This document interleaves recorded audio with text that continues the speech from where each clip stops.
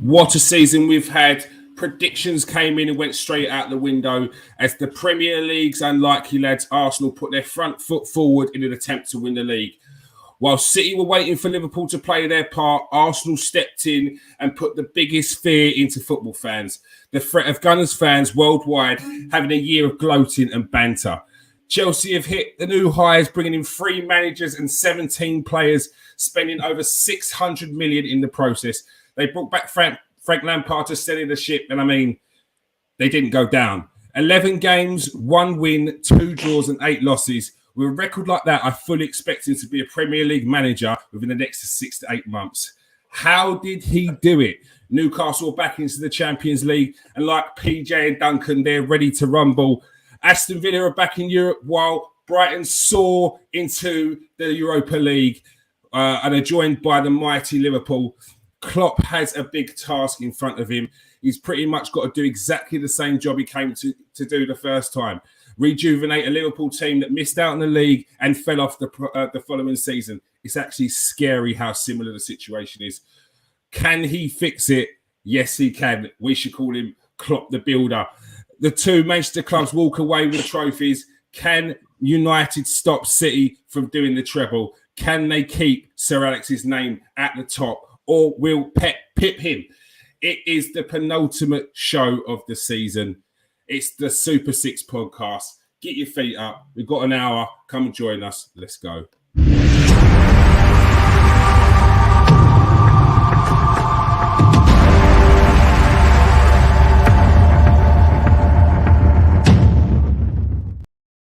Welcome to the Super 6 podcast. I'm your host, Kieran Stewart. I'm joined by Nathan Ellington and Steve Kay. How you doing, boys? All good. Yeah, good, mate. Looking forward to tonight. Very good. We've got plenty to talk about, plenty to discuss. But first of all, Leicester. Leicester have joined Blackburn in teams who have been Premier League champions and have been relegated. How did they fall off so far? Steve, we're going to ask you first. Leicester, were you surprised when they eventually went down? Yeah, really surprised. Surprised at their season. Not so much surprised that they've gone down as it got towards the last 2 or 3 games. They remind me a little bit of how West Ham was a few seasons ago, well, quite a few seasons ago, in fact, when they had this plethora of talent where England internationals, where nobody said that they could go down, too good to go down. That's a phrase that's used often, and I think that's the type of phrase you can use.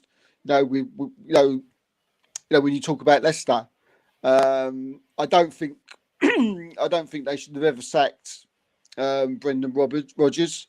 I think 2 managers are, too quick to press the button, and I think it's proving more and more, especially in recent seasons, that doesn't work. More and more managers are getting the sack, and they're bringing others in to save them, and that's not what those managers are doing. I think if they would have stuck with him, I think they probably would have stayed up. But you do have to look, at the players. There's times when you look at the owner of clubs and you think, is it they got something to do with it? I don't think it is. When you look at Leicester, I think they've got an excellent owner who's always given them the right money and the right support.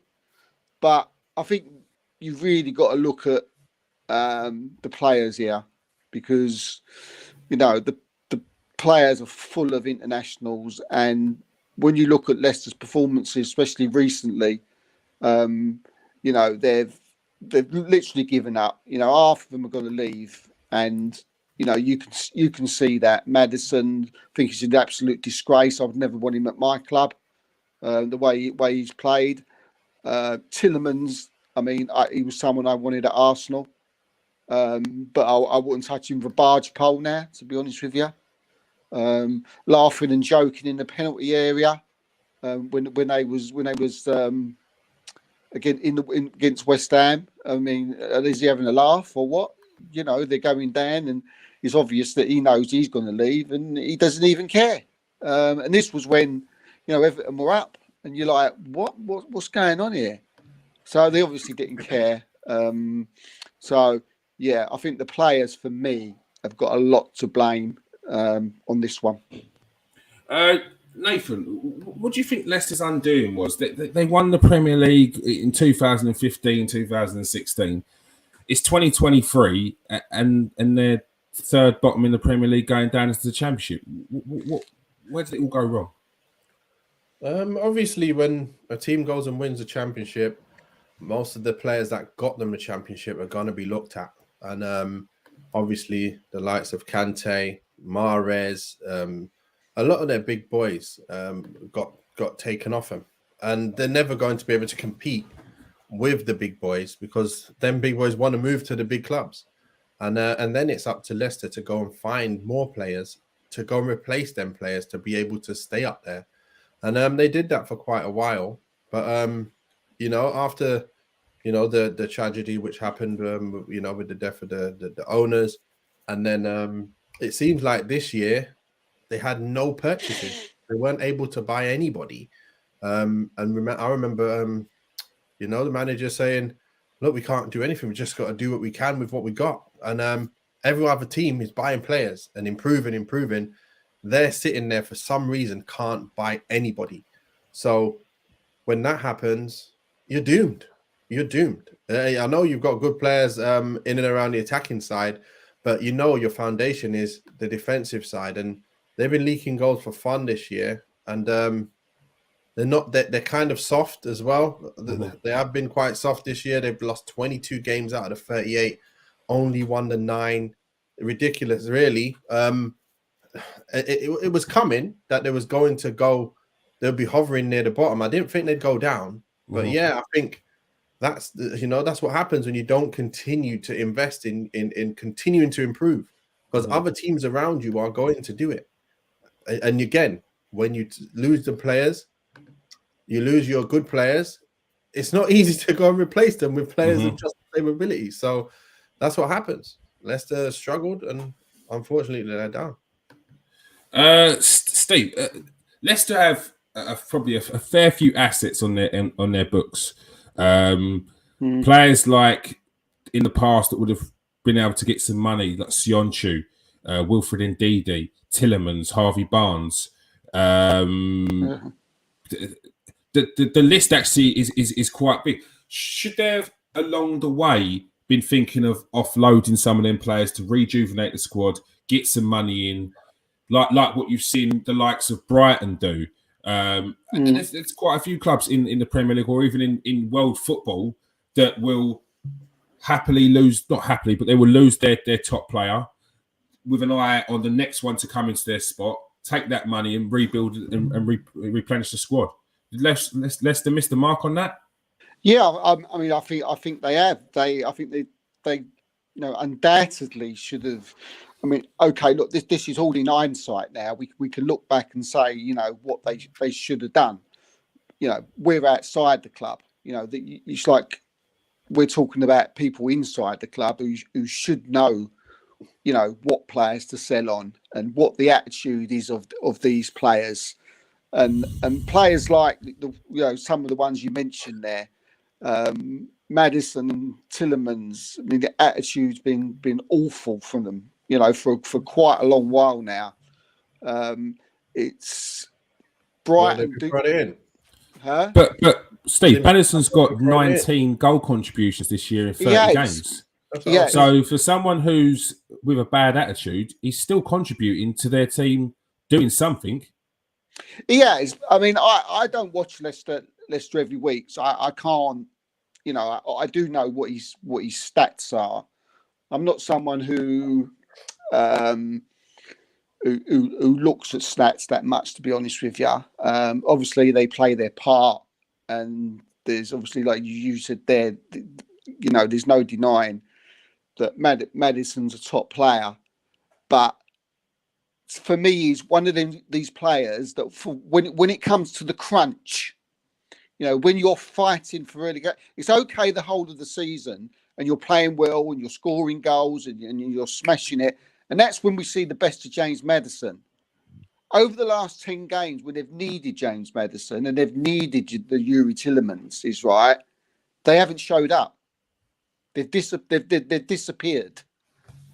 You know, it's no. I mean, he was on the bench again. Why? I ask yourself why. Why was Maddison on the bench for the last two, 3 games? I think it's because the manager didn't trust him. Because I can't think of any other reason why. So that tells me there's something wrong with his attitude. But and then you're saying that they should have Leicester's, you know, someone inside Leicester should have recognised this, you know, and sold him on, because it's been evident that he has not wanted to be there for a long while. There's no doubt in his talent. But when you look, you mentioned Harvey Barnes. I mean, when you look at what he's given Leicester in the last 5-10 games and what Maddison has given and what Tillemans has given, it's night and day. I would not want, if I'm Newcastle now, we've got Maddison's been linked with Newcastle quite often, you know, from January onwards. I wouldn't go near him with a barge pole. I don't think you want to take that player into a Champions League game or into a top game. I'd be unsure about him now. I might be wrong. There's no doubt. I mean, look, he's got talent. I mean, some of the names you read off there, you know, you look at Timothy Castagna. You know what a good player he is. You know, there's loads of them. Who Patson Daka is another one. Jamie Vardy. I mean, again, just unreal play. Nathan mentioned about how, like, you know, they didn't buy, but if you're the manager, you know, you would think that's enough, wouldn't you? You know, you think that was enough to stay up with that, you know, that quality. I tell you what, I think the biggest mistake they've done. One of them's getting rid of Brendan Rodgers, I think, but the other one was getting rid of Pete Schmeichel too early. That for me was a bad move. Yeah, but Kasper Schmeichel. But Kasper Schmeichel didn't want to sign a new contract. Well, yeah, but they should have tried something. If a player wants to, it was a miss. Yeah, that I agree with. You can't swap out Kasper Schmeichel and replace him with Danny Ward. We saw that. It took 26 games for them to realise that, and by then they were well in a relegation dogfight. I do think there's certain players that are made for not necessarily a relegation dogfight, but there are players that are there for a dogfight, and there are players that are not.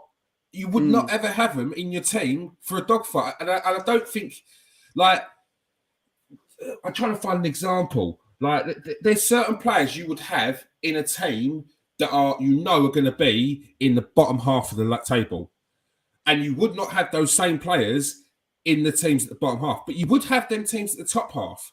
Like James Maddison, and I know what you're saying, Steve, but James Maddison also got relegated with Norwich City, but then he's then come back. He's not only been one of the best players in the league, he's not only been one of the best players at Leicester, he's got into the England squad, he got into the World Cup squad. So since he got relegated from Leicester, from Norwich, he's then come back into the Premier League and shown his worth.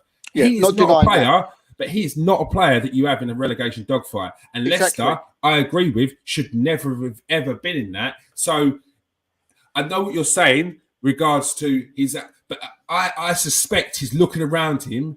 And for a player who, when Leicester were poor at the start of the season, he was actually still doing something because he was trying to get into the World Cup or whatever it was. Yeah, he was one of their players who was actually still getting in the numbers. And he's probably looking around and thinking, what the hell? I put it in the first half of the season. I've got 10 goals. We're still in and about there. What is everyone doing? Now, I know that's probably not the attitude, but you need something from the other players. And when you've got Jamie Vardy, who's got 4 goals, you've got Patson Daka, who's got 3 goals in 30 games. You've got Iheanacho, who's got 5 goals in 28 games. That's got your 2 goals, total goal. That's the problem. The names are reading off there. I'm looking at his stats in the last games, Maddison. West Ham, he played a 7 out of 10. Newcastle game, okay, played a 6, and Liverpool 6. Played Fulham, he plays an 8.78. Everton, he has 7. And Leeds, he had 7.6. Man City game 7. So he's actually been quite consistent in his kind of play. I don't think that's that. I think that Leicester fans don't think that. When you're in a dog fight, though, this is the thing. You sometimes think, let me just shore it up by playing more defensive players. It might not be down to Maddison's not putting it in. He's not trying. It might be actually, you know what? I'm going with an extra defensive player here, or I just want to have another man who's a rat.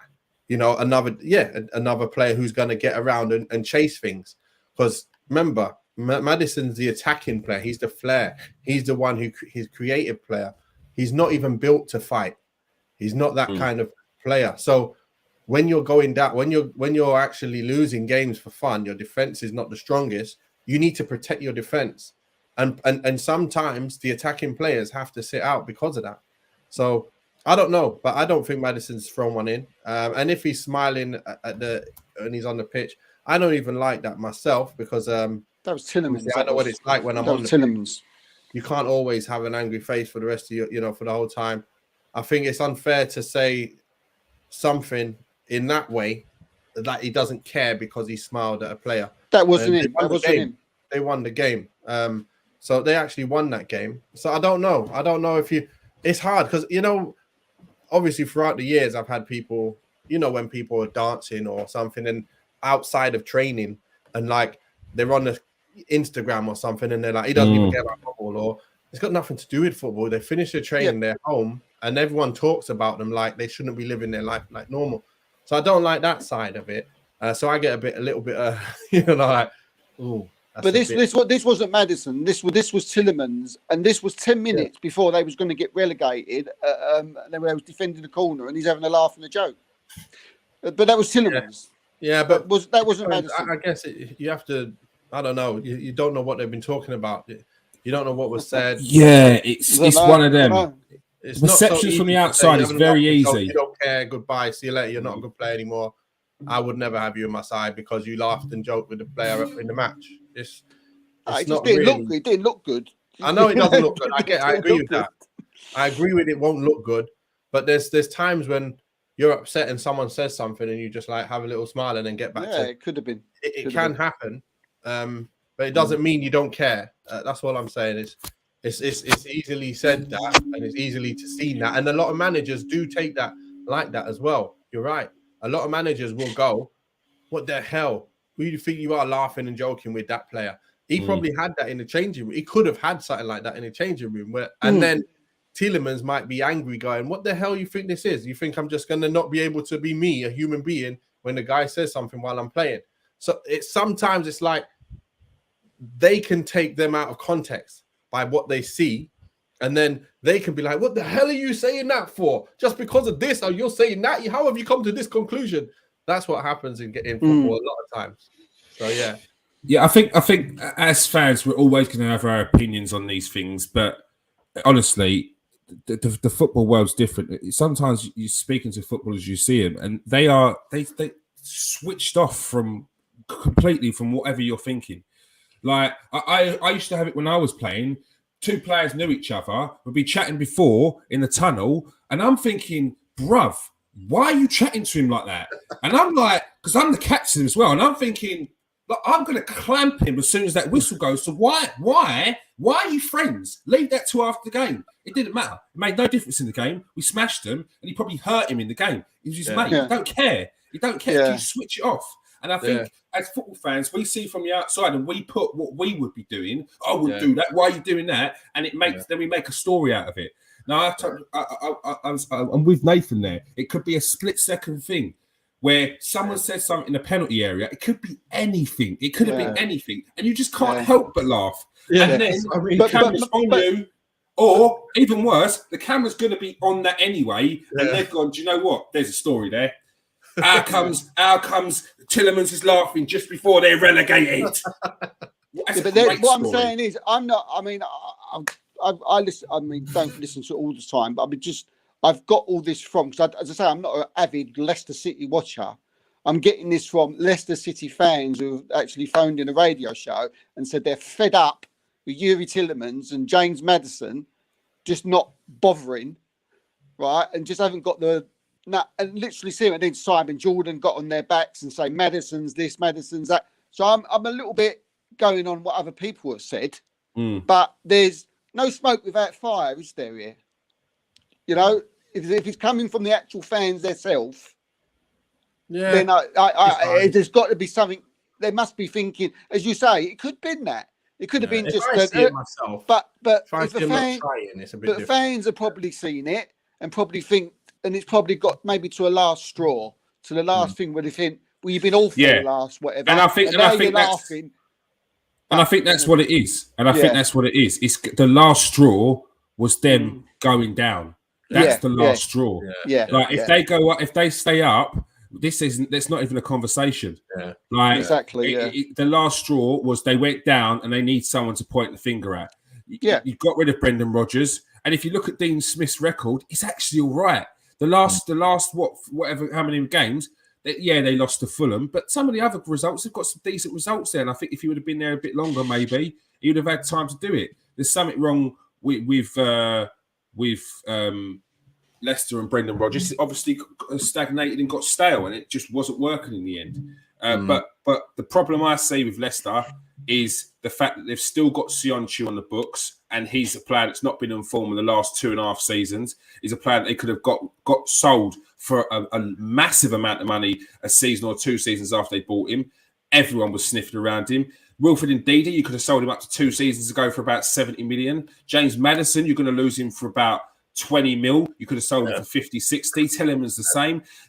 My point is, Leicester have had an opportunity multiple times to sell players and rejuvenate their squad, and they didn't. And they're now sitting with players in their team that won the Premier League and players that they bought just after they won the Premier League and are not in form and haven't been in form in years now. And that's where I see their downfall. They didn't think about the forward. They didn't think about moving forward. They just thought about the here and now. They rested on their laurels, the fact that Brendan Rodgers got them near to the Champions League, and they rested on that squad and thought this is the squad that will be able to hold us in this league for going forward. But Brendan Rodgers got them in that spot at a push. That was at a push, and people were trying to say that he flopped. It's crazy that you're talking about Leicester not getting Champions League, and again, football fans out there are using the word flop. It's mental. It's but they're not, they don't even have enough to be able to do that. So for them, it's achieving something really good, if you get what I mean. So I don't see where they could call that flop, to be fair. Yeah, it's crazy. It's crazy. Where are we at? So sign of the season. Oh, not sign of the season. Player of the season came in. Premier League player of the season. It was Erling Haaland. Absolutely monstrous season he's had so far. Steve, a few people have said that Erling Haaland shouldn't have got it. What are your thoughts on that? Yeah, I mean, you've listened to quite a few different reasons why they're saying why he hasn't got it, and look, I can see, to be honest, with both sides. People have been saying, look, he's player of the season, the best player. You know, who's been the best player? And the argument is, has that been Erling Haaland? Yeah, a lot of people have been saying no, he's not been the best player. Why? He's been the best. Well, everyone's argument is that he's the best goal scorer, right? And to a degree that is true. Yeah, right? I mean, but do you not have to be? But if you're the top goal scorer, are you not even in the conversation? Well, you just took the words right out of me mouth. I was going to say, but is that fair on centre forwards and Erling Haaland? Because if he's not going to win it now, he's never going to win player. He's there to score goals. So it's very difficult. It's very difficult. How else is a striker meant to get player of the season? Exactly that. Exactly. It's my point. He's not just done his job. Yeah. He's done his job and smashed records as well. Exactly. So, but people's argument is that we're talking about is it the player, like the all-round player of the season, And He'll if you never think, get it. Yeah, if you, he'll well, never get it. that's right. He's never going to get it, and that's not fair. You know, Yeah. that's It's not who's fair. done the best. It's who's done the best this season. But I not do, who is but the best player in the league. I do hear the argument of the player who has scored goals, who assisted, who's done the best defend, who's had the most consistent season. If you put everything together, who is the best player? Is that Erling Haaland, right? No, well, no, it's not. Yeah. But how can you take away from what he's achieved? Like you've already said, the amount of goals he scored. It's his first season. He's this freak of nature. It's something that we've never seen. And normally, I would argue with these people. I would agree with these people who are saying it's about the player of the season. I would agree. I would agree. I reckon the player of the season should be a lot more than just putting the ball in the back of the net, right? Sometimes, but it all depends on what you're doing. But what you got to realise with Erling Haaland, he just don't put the ball in the back of the net, right? He can lay off the ball. You know, he can assist. He can all do that. And I think people are making the mistake that he doesn't do that, right? That he's just a goal scorer, but he's not. He's not just a goal scorer. Pep, if he was just a goal scorer, Pep would have had him. So for this season, and because it's Erling Haaland, because he's freak of a nature, he probably would be my player of the season. So yeah, but I do understand what people are saying who argue against it. Nathan, what more does Erling Haaland have to do to get the credit he deserves? You know what? There's nothing more he can do. End of the day, he might just need to get 60 goals, and then in the league. But then they'd say that Harry Kane, if he was at Man City, he could get 60. Yeah. This is the thing. Look, if you look at everybody in their position, who has stood out the most in their position? Like, out of all midfielders, who's the best midfielder out there? Who's the best defender out there? Who's the best attacker out there? And then you say, who has been excelling the most in any of those positions? Haaland is well clear of anybody in anywhere. Yeah, so you put it I like don't that. see anyone on any other level well clear of anyone like that. It's ridiculous. It's like he's like an adult playing in the nursery school, like destroying everybody, taking the mick. He's got the power up on Mario where he's big and everyone else is all small, and then they've got the thundercloud. So he's destroyed everybody. At the end of the day, he deserves it. He's well ahead of everybody. You cannot go by ability, skills, touches, because then it's not fair, because you'll never be ahead of players who have ability, skills, and all that stuff. So it's really not fair. Haaland is clearly the player of the season this year. If you say who's been a player, that name just comes straight up into your head. Like bang. It's Haaland. hard to argue anyone else, honestly. I think it's people... Go on. No, I was going to say, I think as someone who, if you're not a striker, I mean, I wasn't a striker. Sometimes you're looking at someone who's had the ability and done other things, but it's like what Nathan just said. Even when you're trying to look for someone else because you want to find someone else, yeah. For instance, we're Arsenal fans. We might want to look at Martin Odegaard, right? We might think, well, Martin Odegaard's been the player of the season, right? He's done this, he's done that, he's been consistent, blah, blah, blah, blah, blah, blah. 15 goals, 7 assists, does everything on a football pitch, box to box, unreal, right? But as much as you do, as much as you want to say that name, in your back of your head is that Norwegian guy, Erling Haaland, and he doesn't come out. And there's a reason for that, and that's because he's the player of the season. Yeah, and I saw someone mention Odegaard's name the other day, and I just think to myself, I do wonder how much you've watched Arsenal, if that's your answer, and that's not anything on Odegaard. Yeah, this is me being honest, and I'd say the same thing about Saka as well, because they're not like they've been outstanding this season, absolutely outstanding, unbelievable, and Odegaard has been the best Arsenal player for me. But there have been games where they've not been on it. There's been games where they've not been on form. There've been games where they've probably need a rest. That's Arsenal's squad at the moment. Erling Haaland and Kevin De Bruyne have probably played 8 or 9 games less than those two players. And it's probably why they're still going into the season, still at their peak form. Whereas with those two Arsenal players, they've had peaks and troughs towards the end of the season because they just can't play 50, 60 games a season. It's too much. And I watch Haaland, and every game I've seen him, he's just been a monster. He's been a nuisance. He's been trouble. Like when he doesn't score a goal, we make a joke of saying, "Oh, he's off form." Even he makes a joke of saying, "Oh, I've been off form. This ain't good enough," because he's not scored a goal in one game. It's enjoyable to watch him. It makes you wonder, doesn't it? The game like it's He ridiculous. is. Like It's you not don't get those. It's The got thing free is, today. like, It's got free again.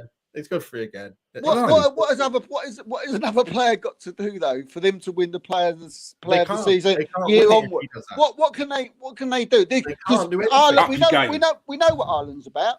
We know All you what can do it's is go about. home and wait till next season and hope he's not in the Prem anymore. So That's it. the Sakas, the De Bruynes, the Odegaards, the Rashfords of this world ain't got a prayer if they winning the player of the year. No, but they have because I don't think Arsenal fans could outright say that. Because there's even been games where I've watched Saka and Odegaard and thought they've had quality games today. They've scored 2, and then you listen to the thing, and it's like they're just about to win the Ballon d'Or, and I'm like, whoa, it was good, but it wasn't that. Like, what were you watching? Relax yourself. Because they're not there. They're not there. They ain't at that bar yet. Like, They're it's got a 21 long years way old. to go. 21. They're quality and they've been quality, but there are games where Saka could score 2 goals. He's had a very good game, but he's been out of the game for 20 to 30 minutes. And he's turned it on in the latter stage of the first half, and then in the second half, he's had a good game, but it's not blown me away. It's not been like the Kevin De Bruyne game when they played against Arsenal, where everything he touches was just like amazing. Every turn, every touch, every flick. You're seeing glimpses of that in Saka's game, like the goal he scored the other day. That touch and then the finish. When we see more of that in a game where Saka's getting those chances, making those chances, and then the goalkeeper saving, or he's scoring a goal, or it's been blocked. Those are the games when he's consistent for a game. That's when I'm like, that he's getting paid a 9 or a 10. At the moment, people are giving him 9s and 10s when he's playing 7s and 8s. Yeah. Right, and the same with Odegaard. They've been outstanding this season, but they're so much better than that, and they've got higher ceilings. And I don't want to give them the praise that other people are giving him until they've got to that ceiling, because they ain't deserved it quite yet.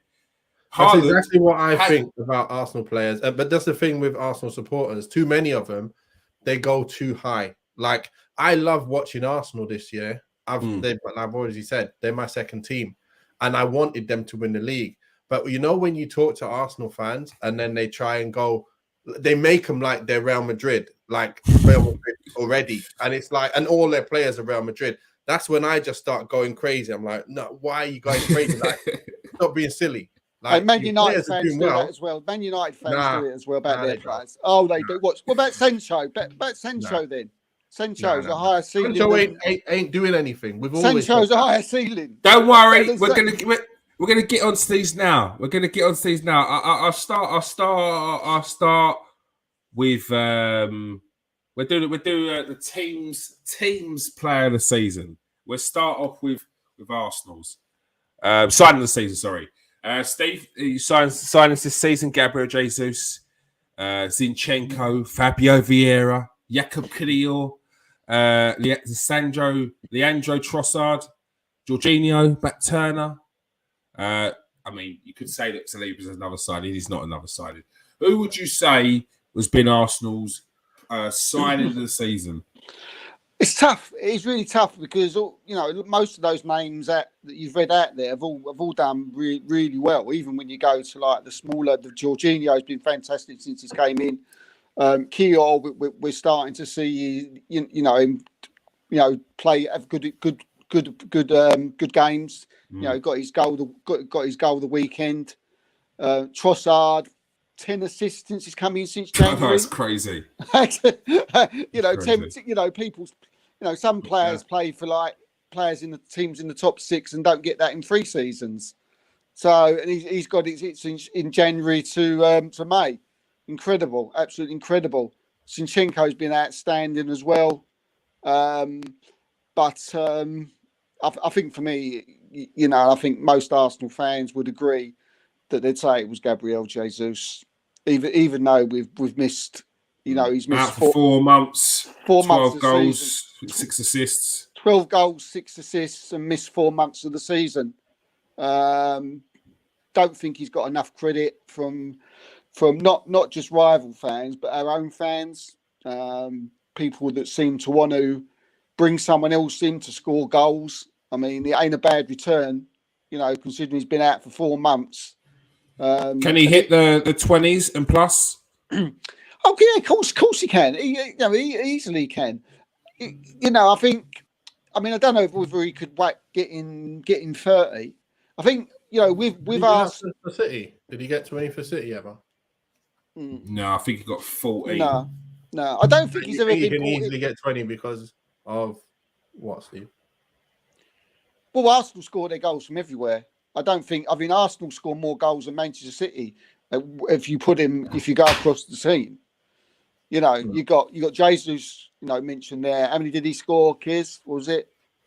12 goals this season. 12 goals. You got Saka, who smashed in 15. Odegaard, who smashed in 14.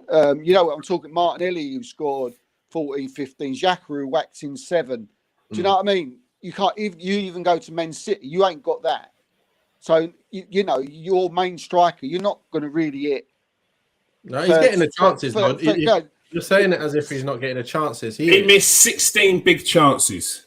So what I'm saying is, you know, we don't know how. We still don't know how fit he is. I mean, once he's had a full fit season at Arsenal, you know, those 16 chances that you said, he could be banging five of them in. You know, for the 4 months of the season, that could be another 5 goals. All of a sudden, now you're going 20-21.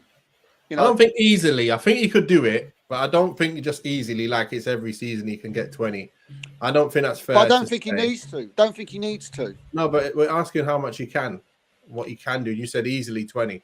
I think he can get 20. I think if you get 11, if you like, it's like Kieran said, he missed 16, you know, good chances so far. I mean, you don't know if he was fully fit. He's not as sharp as he was like at the beginning of the season because of his injury.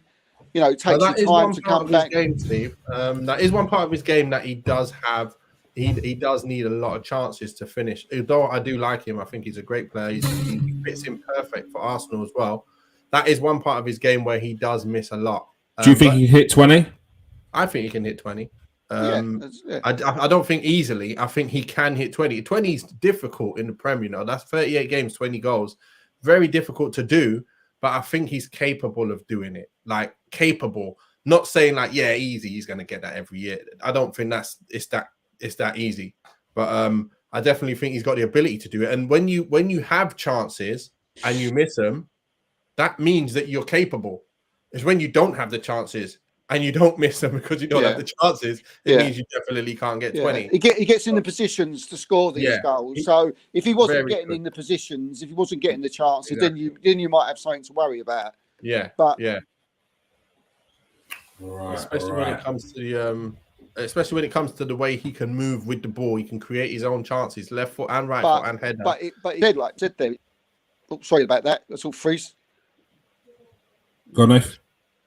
Yeah, I was just saying he's got everything, hasn't he? He's got the left foot, the right foot, the header, the ability to score from himself, like not needing others to supply him to score goals either. So when you've got the ability to do all of that, it puts you in a good stead to be able to say, yeah, he's capable. I always thought he was capable. It's just one of them things of let's see him do it now. So it's like Rashford. I thought he was always capable of getting 30. Finally gets his 30 overall for the season. And it's like it wasn't easy, but he was capable and he managed this year. Can he do it every What did year? he have to do? What did he have to change in his game? His finishing had to get better. Like he was shooting off target like a bit too much with the chances that a proper forward when he get into them areas to proper finish. He went through a spell of just finishing them every single chance from January onwards. He just kept finishing and finishing and finishing. When if you remember, I'm not sure if you watched them, but in Europa, he was missing like 6 and 7 chances in one game. And then the next game, he'd miss the same amount. And then the next game, he'd miss like 2, 3, 4. And you're like, man, you could have had 6 goals in these 3 games. Like, what's going on? And then all of a sudden, bang, bang, bang, bang, bang, bang, bang, bang. his finishing is good. He's got good technique and stuff. So now, and you know, when you come off a run, you're doing runs and then you finish. It's the difference. It's not the same as getting put through and then you just got to finish. Yeah. Imagine running with it and then taking a shot. It's very different. So that's what his game is all about. But obviously this season he's been played up front a lot more. He's been playing every week. We've been playing with a better side. We've been creating more chances for him. And he's lapped it up. And he's got the confidence back. So that's why he's where he's at. That's why he's done what he's done. And Arsenal, to move forward, do you think they need to bring in another forward? I think definitely you should have another one that is capable of 15 goals in the season, something like that. You have to have two at least that you can say are established goal scorers in the Prem. Because when the going gets tough, when you're at the top and you have to make sure you get goals when they come, you can't afford to miss them nice, easy chances at times. Where even, you know, your boy Nketiah, he done the job. He done very well while Jesus was out. There were a couple games, and you can't kill him for it, but there were a couple games where he had gilt-edged chances and he missed them. And they're the ones where a top striker or maybe an experienced striker may have scored. But again, it's touch and go on that because he probably scored goals that player who come in wouldn't score. So it's tough. It is tough, but I would say you do need another striker in, that's for sure. I think with Nketiah, as the more games started coming and the expectations started growing, it got the pressure got into him. Yeah, and he's not had that run of games. That's how I saw it. Because at the start, absolutely flying. Even when he didn't score a game, the next game he'd score, he'd get an assist. Towards the end, it was starting to get a bit like, you need to be scoring this game. We need your goals. And it was a bit like, ooh, yeah, I think it got a bit too much. Nath, here's your team. Anthony, Casemiro, Lisandro Martinez, Malacia, Weghorst. No one expected Weghorst to come in. Christian Eriksen on the free. Sabitzer. Quite a few signings coming. Who has been your signing of the season? You know what? I have to put two players in at number one, and it's Lisandro Martinez and Casemiro. They're two players. I can't separate the two. Reason why is because they've both missed a portion of the season as well, and they're both so like instrumental to our team being able to compete with the top teams or not. Because if they're not in the side, we're a mid-table side. Like without them, that's what makes us a mid-table side. You get them in. Remember when Liverpool were just off it, and then they need a goalkeeper and they need a defender. The minute they got them, they became a championship winning side. We've gone from a mid-table side to a team that can mix it with the top teams because of them two. Now we need to obviously improve that. But yeah, Martinez, I feel like he just makes everything better. Everything tick. Everything starts from the back. He's the cement between the stones, as Ten Hag says about Casemiro. They're both the cement between the stones. Without them, we're dead. And I can't believe it took us this long to get players in that have brought us up so much. It's like, you know what I mean? Like, let's say we were a team that, let's say you're at 70. We've gone to 85 just from those two players. So yeah, I think they've been instrumental to what we are now. And that's why we was able to beat teams, the top teams this season. How do you bridge that gap in when they're not there? Like who's good? How do you bring in players that are able to fill in that gap? And they're going to be your starters, aren't they? So how do you get that balance? You have to get. This is the thing. You have to get a player who can, if he comes in, he's similar to a Casemiro. If you need a ball playing defender who's going to come in. As you noticed, like while he was out, we've got defense that are capable of defending, but not capable of starting attacks the way he does. Not capable of finding people through the lines the way he does. So that was the difference. If we can get let's say, like the Ajax defender who was after in the first place, Timber. He's a ball playing defender. So if he came, he could always be involved in the side, and he's not a drop off. He's just a player who, when he comes in, similar. It's not like like Malacia comes in for Shaw. He's not as good as Shaw, but he's still good enough to play, and that's what you want in two positions for all the positions. Casemiro position, 100% needs someone who's going to be good enough to do what he does. Is a master at a CDM position, and Ndidi knows how to play. For example, in that position, he's gone down. He might be very cheap. He could be a squad player who comes in and plays and knows his position, rather than playing a McTominay who doesn't actually know that position. Very difficult for people to come in and square pegs in round holes. It's just not possible. So that's what we need to make sure that we're able to not drop off when them two don't play. And then you're talking about our fluidity up front needs to really be upped massively, because we're nowhere near the likes of you guys, and nowhere near the likes of City, and nowhere near the likes of Liverpool in terms of being able to convert chances as freely, or create even chances as freely as you do, because of the structure of your play. I feel like we're some way off with that side of it, and we need to get that up, because we kind of overachieved this year, because you don't usually get that high with only one player scoring goals. If you get what I mean. If you have all three players scoring, you can't quite comfortably get in them positions every year.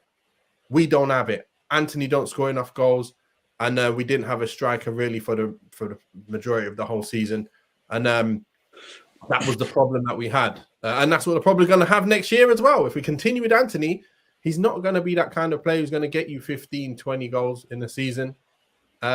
Sancho may do it now that he's on the right and he looks a lot more comfortable out there. The minute I seen him out there, I was so happy, because I could see a little glimpses of what we used to know about him. But before that, playing on the left and obviously earlier on in the season, he's had his troubles. But look, he's looking a lot better on the right, and hopefully it's a blessing in disguise. He might start on Saturday and show us what he's actually about, because we haven't seen it for far too long. All right. You both spoke about signings that have elevated your team. With Arsenal, Zinchenko and Jesus, and with Man United, Casemiro and Martinez. Liverpool squad, we look at them and how they dropped off this season.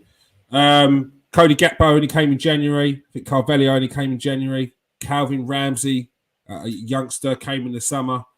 And they brought in Nunes in the summer as well. There's solitary signing. Steve, is that quite evident why Liverpool dropped off this season, especially with their aging midfield? Yeah, I mean, without a doubt. I mean, they haven't. I mean, they've sorted out their. I mean, I still don't think they've really sorted out their striking line. I asked Farrell last week, and I asked them if they need more. The reason why I said that, if they're looking at challenging for a title next season, I don't think their front three go anywhere near Arsenal or Manchester City's, to be quiet, and that's why my question, Farrell, was: do you think you need more? And look, I even think they need more up front at this stage. I mean, they may be looking at give them another season, and I think they have got the quality to be. So that's one of the ones where it's we'll have to, which waits to be seen. But yeah, I mean the midfield for Liverpool it's just non-existent, isn't it? It needs some serious tender loving care in the summer transfer window. They've already had a massive blow by not getting Jude Bellingham. Money's not flowing.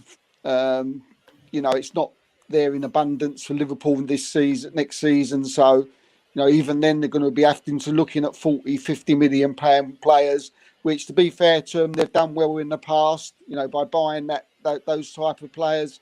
But like you said, I think it's evident that they need a hell of a lot of work in the window. And I think the midfield is affected the defence. I don't think a lot of people saying Liverpool need a defender.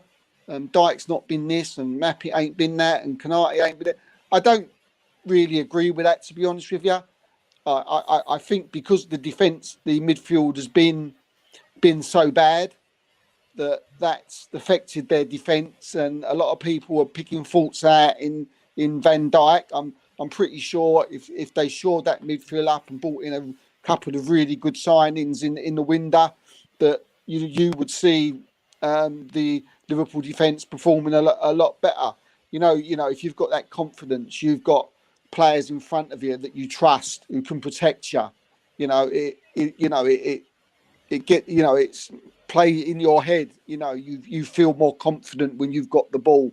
There's a confidence when you go onto the pitch and you play a lot better. That's why Nathan was talking about, who was his player of the season.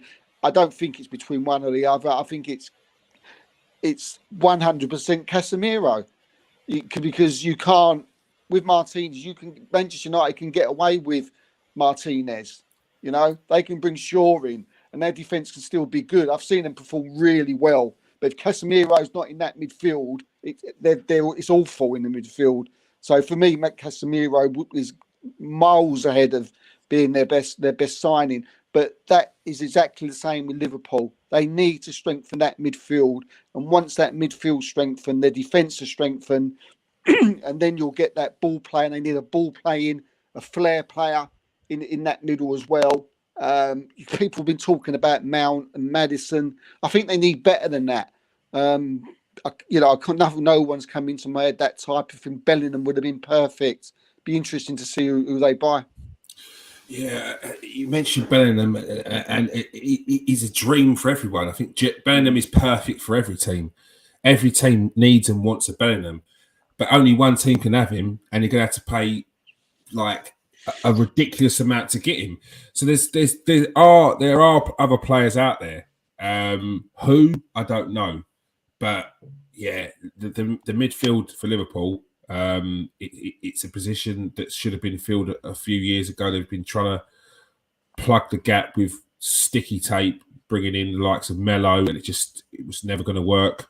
Nath, you see Liverpool's squad signings in that summer. You see why they dropped off so much? Yeah, of course. Anyone who loses Mane can't really replace him. He gets 20 plus goals a season, and how many assists I don't know. Mm-hmm. So when they transition, the early games, they're trying to figure out how they're going to play. And in that, you're going to lose the ability to score from less chances. And that's what's happened. They've now got used to what they're doing. They've started scoring freely again. So I don't think there's much of a major problem attacking-wise. They've got 75 goals this season in the league. Mm-hmm.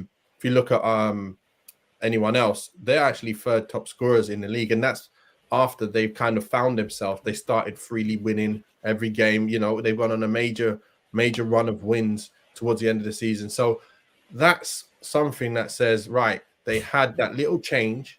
They had to adjust and understand what they're doing. But at the same time, like you say, they've got a hole in the middle. They've got no robustness in the midfield that can look after the defense. So when you're talking about the best player who's come in for them, you look at that list, you don't even want to say anyone's name, really.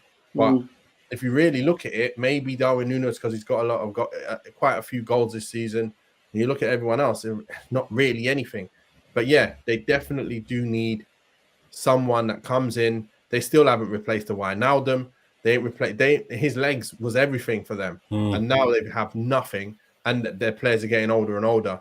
The thing that's the problem is, not only do they have nothing in the middle, but the defense is getting older. The better players who made them so strong are getting older, like Van Dijk.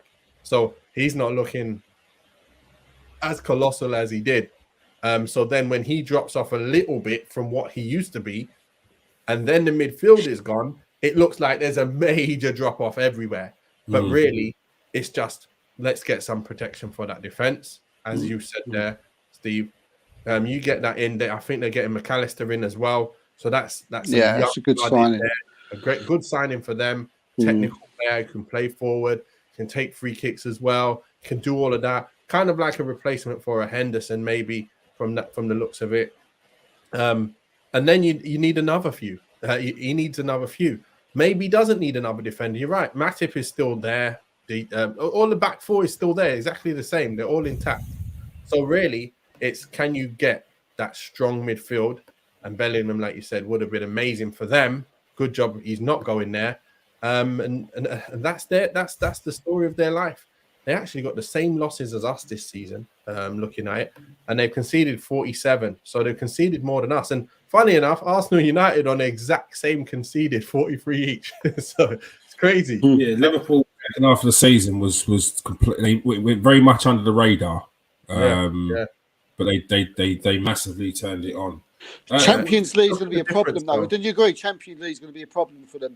Not making Champions League, you know, that could be one. That could be one of the players, that could be one of the reasons why Bellingham. He won't think because of that.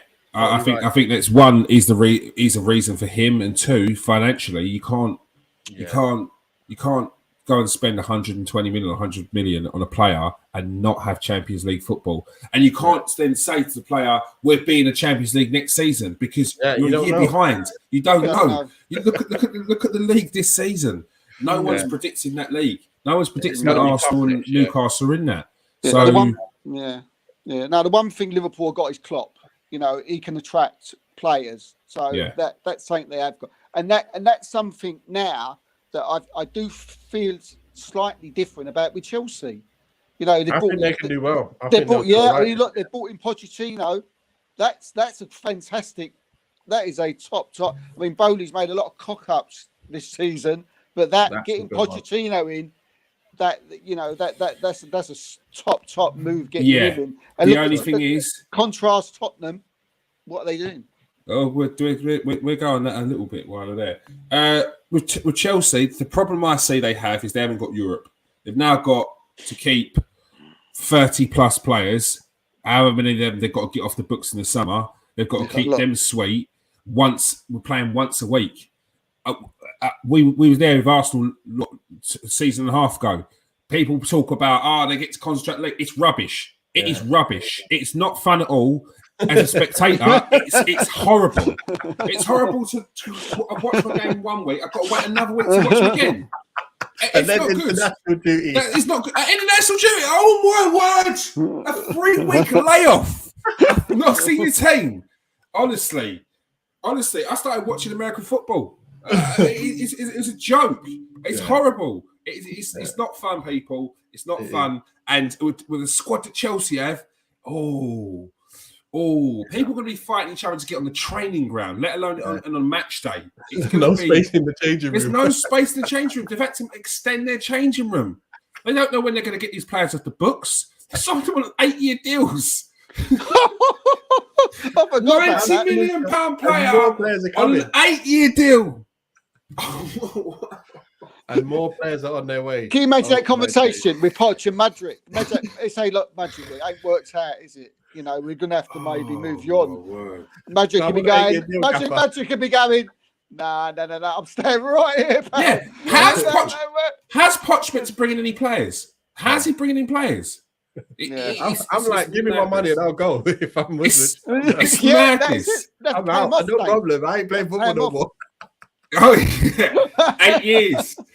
Come back when he's 29. Wow. Nice. What you offering him to leave? What you offering him? It's crazy. Done. It's crazy. And Tottenham are in a bit of a sticky situation as well. They also didn't want to play. Only want to play 1 game a week. Their squad's rubbish though, so they should be all right. They've got the likes of Eric Dyer still on the books. It's Villa now, isn't it? Hugo Lloris. Ooh, I mean, he's got to go, isn't he? Though this year, surely Lloris. Surely they got to get another keep. But who wants to go there? Who wants to go against Tottenham? They've got no manager. They've got no sporting director. And no manager wants to go there either. Because of Daniel Levy. No one wants to work with him. The hard thing is how do you get like 3-4 defenders in? Like top-notch defenders to be able to defend. Like that's their problem. They concede goals for fun, all day long. They can score, but they can't. They just can't. Look at them. They're on 70 goals this season. They're the fourth top scorers. Oh no, fifth. Yeah. In the league, top scorers. They've done well because of Harry Kane and and the likes of Son and all them boys. But defensively, man, they're the weakest I've ever seen. Like for a top six side. They've got Ben Davis in their back four. Eric Dyer is a regular. Sanchez is a regular, and he's all over the place. Like, yeah, he's getting old now, isn't he? They spend money. They spend money on a player. If it doesn't work, they just ride it out. They just keep on going. Who's signed up? If there's no sporting director there and there's no manager there, who has signed Eric Dyer up on a new contract? Levy, isn't it? He signed a new deal. Yeah. I mean, Eric Dyer is Harry Maguire 2.0, isn't he? He's worse than Harry Maguire. He's worse. Yeah, that's debate. But he's slower. Yeah, he's worse. He turns like an 18-wheeler. He was a midfielder. Yeah. He's become a defender. He's actually worse. And what is Harry Kane thinking? I want him to go there as well. I need him to go there. The swap. It's about time that Harry Kane finally leaves that club, surely. 100%. Let him come United. Let us give a swap deal with Maguire and some money. 100 mil and Maguire. That makes out to be about 110, and that'll be fine. Levy's never going to sell Harry Kane to Manchester United. He's not. He sold Berbatov, didn't he? He would Berbatov, Carrick. But that Spurs weren't in this situation. They're in the same situation now as they were when they sold Berbatov. They're in a worse situation. Are they ever? They're in a worse situation. Talks, Spurs are so off. They are not even in a conversation for next season's top six. Seriously, Spurs are not even in a conversation for next season's top six, and I will say that now. Yeah, they're not. I agree. Man City, Man United, Arsenal. Liverpool, Newcastle, Brighton, Villa. Tottenham need Chelsea, to reevaluate, go under the radar, start again, go and pick up all the best players from the teams that are down in the bottom half of the table and a couple of them mid-table and start again. Sell Harry Maguire, go and get a £40 million striker, not someone from the Championship, because they're going to just fleece you. When I bought Jed Spence, never good enough. Never good enough. When I bought Jed Spence like he's going to be their right back, knew he weren't good enough. Is a geezer who's sitting in the reserve team at Middlesbrough for 4 seasons, and all of a sudden he has a game and he's the world beater. Get out of it. Conte was right. Get out of it. Right. We all could have seen Conte was right. It was obvious. And then when you go and sign players, you get players, you're like, oh no, they've actually signed some decent players here. They sign them on loan deals. So the first season, you're getting the best out of them because they want a permanent contract. The next season, they're falling off. Of course, they're falling off. They've got one season left before they go back to their club. And there's no sign to them from you that you're going to sign with a permanent deal. So who do you think is going to get the job? If you're Daniel Levy right now, who are you getting for the Spurs? I wouldn't even take the job if I was Ryan Mason. They are in trouble. They're in trouble. Who's been sacked? I want him. I suspect they're going to get someone like Scott Parker because he fits that Tottenham mold. Got the suit, got the haircut, got the chat. It just suits it. They ride him out for however long. He'll have a couple of good games. Performances will look good. The fans will get excited. By Christmas, they sack him. Because he's not been good enough. It's the same story. It's the same story. The last manager they had, Graham Potter needs to stay away from that club. Pochettino was too much. Pochettino was the Potter. Pochettino was the Potter. And what did they do with Pochettino? They didn't give him no money. They gave him money. As soon as they gave him money, it was like, look, you got money, spent 50 million on a midfielder, we're rubbish. You just won the You just got into the final of the Champions League. You weren't even a name that considered in the Champions League, let alone getting the finals. And then you sacked the manager the season after. It's a joke. The joke. Is it a big job? They deserve to be where they are. Is it a big job? Is it a big job? No. Is it a big job? Is it a big job for a manager to take? Is it like, whoa, I want to be manager? It's a massive job. Ian is an Arsenal fan. It's a massive job. Look at the stadium. But no one wants it. Because there's no, it's a false dawn. It's a false hope. It's fake. It's like the sun in England. It's a picture. It's not even real. You've got a nice stadium. You've got the nice kits. You've got a big fan base. Yet you've got a chairman that pretends to spend money on them. Like it's a joke. They are going nowhere fast except for down if they continue to do what they're doing under Levy, which is not invest in the squad, actually invest in the squad, get somewhere and build on it. Don't just go, oh, we've got second, so for the next 5 years, in my calculation, we should still be around the top 4. It is so obvious what he's doing with that club, and he's got no ambition. No ambition. So have no expectations, Tottenham fans, and you will be happy. All right, that is all we have time for. If you are regular to the show, make sure you press that like and subscribe. If you are new to the show, press that subscribe button and press that share button. All you've got to do is press the little link and copy. That's all you've got to do. If you are, make sure you join us every Monday at 8 o'clock for the Super 6 podcast. We've got the team of the season next season. Quick one. This was SofaScore's team of the season. What they got? I can't see it. They've got Raya from Brentford in goal, Pinnock right at centre back, Chelsea Silva sitting in at 12th spot in at centre back, James Tchaikovsky, who nearly got relegated, in at centre back, Kieran Trippier at wing back, Odegaard and De Bruyne in the centre, Jack Grealish in at left mid, Bruno Fernandes in at number 10, Harry Kane up What top is that? with Haaland. I don't know who made that up. There's no Saka They in there. clearly had a lobotomy because that. Where the hell Saka? What formation was that? I've just seen don't patterns know. before my eyes. I don't know. It was a joke. How did that Tavasky get in the squad? I don't know. I don't know. That's been nearly I relegated. don't know. It's wrong with them. Yeah, I know. No Brighton players, even though they've got up there. What? How many Newcastle players? Not one Newcastle players. Yeah. I'm looking. This is forward what to next stats does to people. week. Yeah. All right. Thank you for joining us tonight, Nathan. No problem. Thanks a lot for having me. Thank you for joining us tonight, Steve. Cheers, mate. Make sure you join us every Monday, as I said, 8 o'clock for the Super 6 podcast. Peace out, people. Stay safe and wash your hands.